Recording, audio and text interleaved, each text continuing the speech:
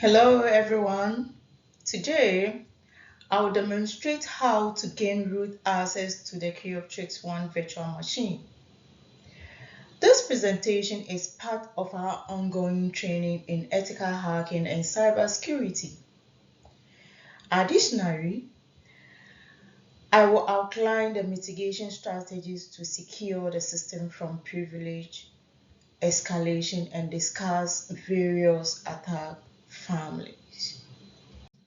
Board of Directors, we are now coming to present on leveraging virtual machines to master ethical hacking principles. And my name is Mary Ishen. We are now coming to commence the presentation by knowing the objective to gain root access to the Creatrix One VM. Gaining root access to the Creatrix One VM stimulates a real-world penetration testing scenario aimed at identifying and exploiting system vulnerabilities to achieve elevated privileges. This process involves network scanning with tools like Nmap to detect open ports and services, detailed information gathering during enumeration, and vulnerability analysis to pinpoint known issues. Exploiting these vulnerabilities leads to unauthorized access, followed by privilege escalation techniques to obtain root access and post-exploitation actions such as extracting sensitive information or ensuring persistence.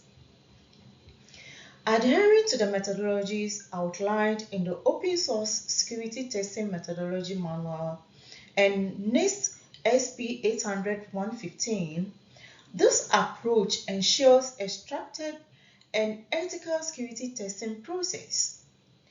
Designed for educational purposes in penetration testing and ethical hacking, the VM provides a controlled environment to practice exploiting vulnerabilities and gaining root access, featuring common vulnerabilities and misconfigurations that stimulates realistic yet safe scenarios. Ladies and gentlemen, here comes the step-by-step guide on how to exploit vulnerabilities to gain root access. And these are screenshots indicating the vulnerabilities identified after using Nmap command. This is the findings of the vulnerabilities after gaining root access. This Nmap scans reports details the services and potential vulnerabilities on the target's system at IP address. Port 22 TCP updates the outdated OpenSSH 2.9 P2 service to use SSH v2 protocol and 2048 byte keys. Port 139 TCP keeps Samba outdated and properly configured to avoid version-related vulnerabilities like remote code execution and information disclosure. And Port 80 TCP upgrade outdated Apache 8TTPD 1.3.20 with mode SSL 2.8.4 and OpenSSL 0.9.6b. The trace method has to be disabled and hide version into reduce XST attack risk. Ladies and gentlemen, here comes the general observations and recommendations. The system's outdated Linux kernel 2.4.x has multiple vulnerabilities and should be upgraded. The host is on the same local network or directory connected.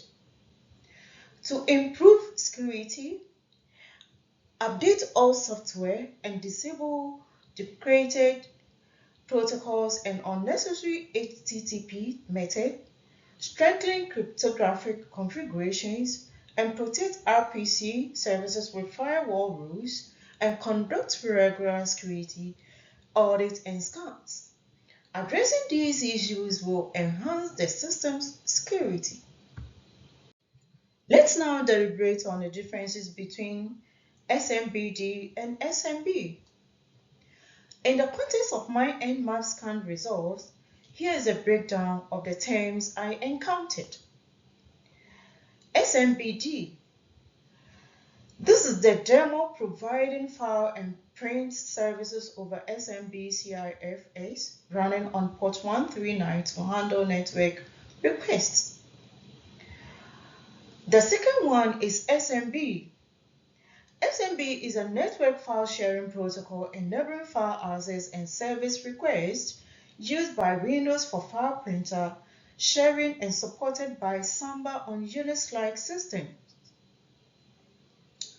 Bravo SMB is a CRM system using the SMB protocol but is not related to SMBD demo. And the fourth one is server message block. SMB is a network protocol for file and printer sharing operating on port 139 and 445 and can be implemented by software like Samba and Windows file sharing services.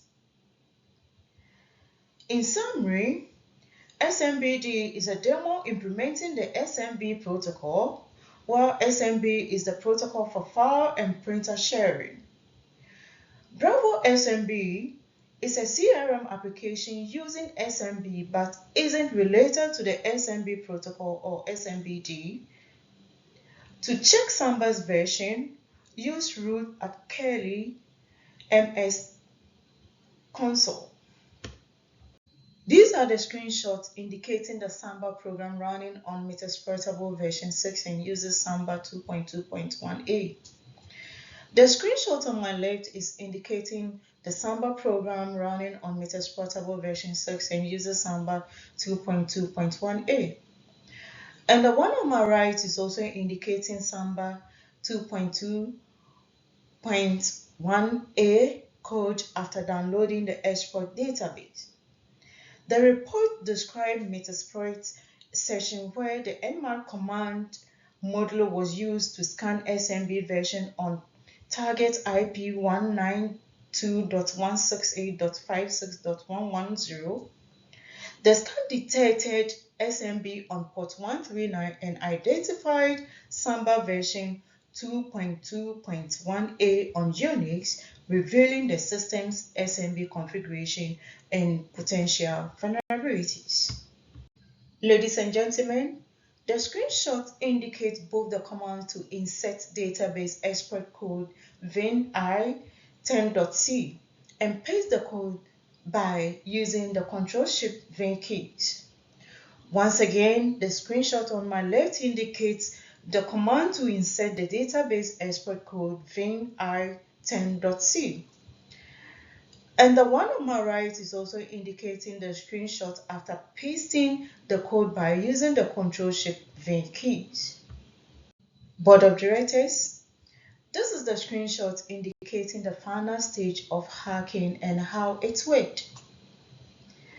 The screenshot below indicates how the hack worked.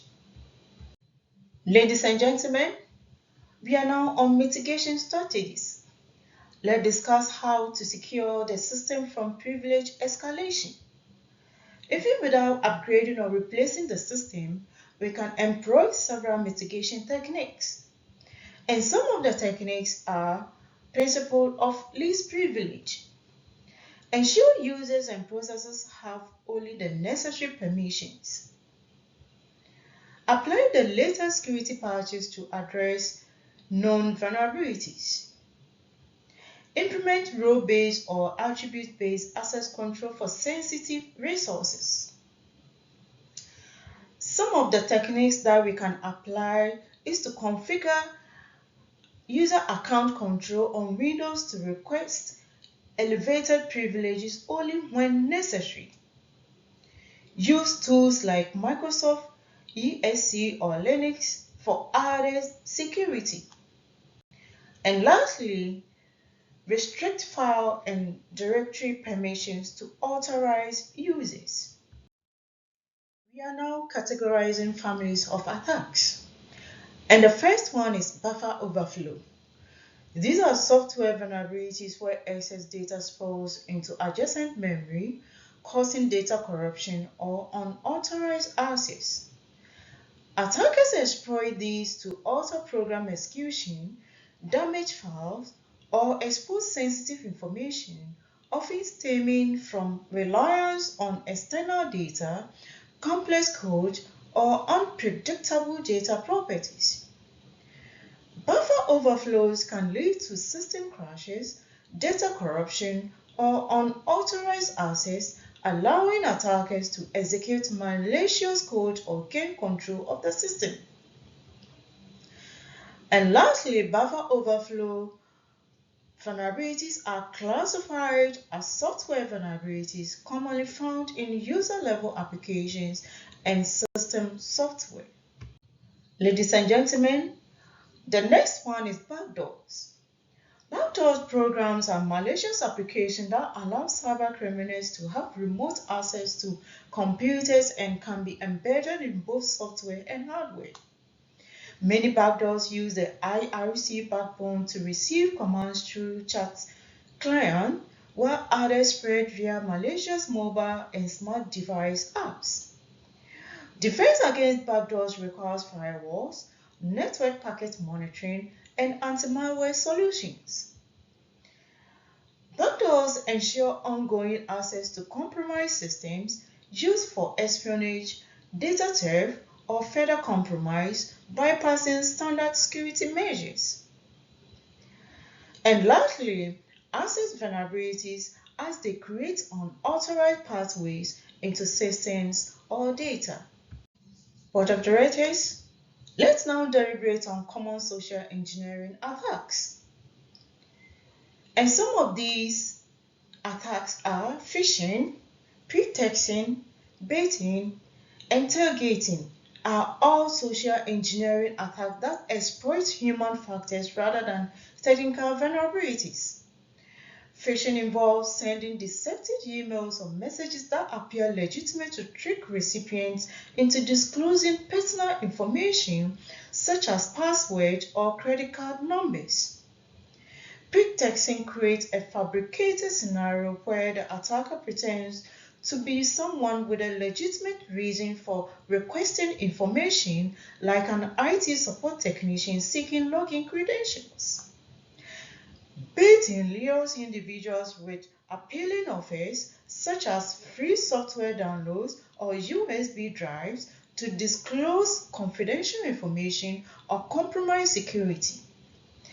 Tailgating gains unauthorized access to secure areas by closely following someone with legitimate access, bypassing physical security measures. These attacks manipulate human behavior to achieve their malicious goals. We are now coming to deliberate on how flaws lead to vulnerabilities. Systems and application flaws can lead to vulnerabilities due to poor design, coding errors, misconfigurations, and inadequate security practices. Design flaws arise from failing to incorporate security measures, making systems inherently vulnerable. Coding errors like improper input validation can result in vulnerabilities such as buffer overflows and injection flaws. Configurations issues, including using default settings, can expose systems to known vulnerabilities. Inadequate security practices such as not regularly updating software or using weak passwords further increase the risk of exploitation. Understanding these factors helps organizations adopt best practices like secure coding, regular updates, and thorough security measures to mitigate risk. Board of Directors, upper level management, colleagues, ladies and gentlemen, in conclusion, understanding how vulnerabilities can be exploited and implementing robust mitigation strategies are crucial for maintaining a secure IT environment. Regular security assessment combined with comprehensive user training are essential to defend against the evolving threat landscape. Thank you for your attention. Thank you.